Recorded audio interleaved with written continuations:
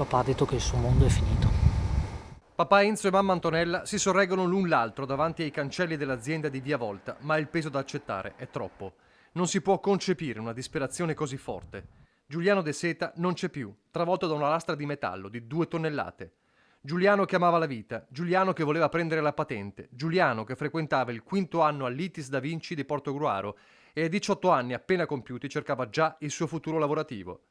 Quinto giorno di stage alla BC Service di Noventa di Piave, impresa che si occupa di manutenzione e lucidatura stampi e che qualche anno fa aveva sede nel Trevigiano prima di trasferirsi in Veneto Orientale. Poco dopo le 17, quel rumore e quelle urla. Giuliano si trova da solo in un'area dell'azienda quando la lastra, per cause tutte da accertare, gli cade addosso durante un'operazione di spostamento della pesante struttura, scivolata da un cavalletto.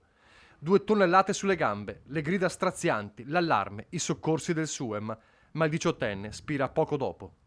Carabinieri, Spisal, Vigili del Fuoco, il via vai del dramma. Poi mamma e papà, sconvolti. Affidano a un avvocato, amico di famiglia, le prime parole per ricordare Giuliano. È un ragazzo amabile, amato da tutti, aveva un sacco di amici. La famiglia chiede che venga ricordato per come è sempre stato ricordato da tutti quanti, cioè come un bravo ragazzo, un ragazzo a cui tutti volevano bene. Tante risposte da accertare da parte degli inquirenti, dalle fasi dell'incidente alla presenza del ragazzo in quel momento durante un'operazione che poteva comportare rischi. Per ora resta una sola drammatica certezza che apre a una riflessione urgente. La scuola alternanza lavoro è come l'apprendistato che dovresti guardare il tuo collega che lavora, invece non è così.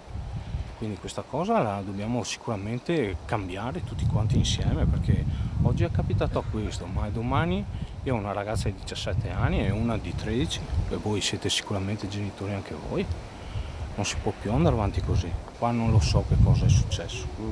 So solo che un ragazzo di 18 anni non torna a casa. Questo non va bene.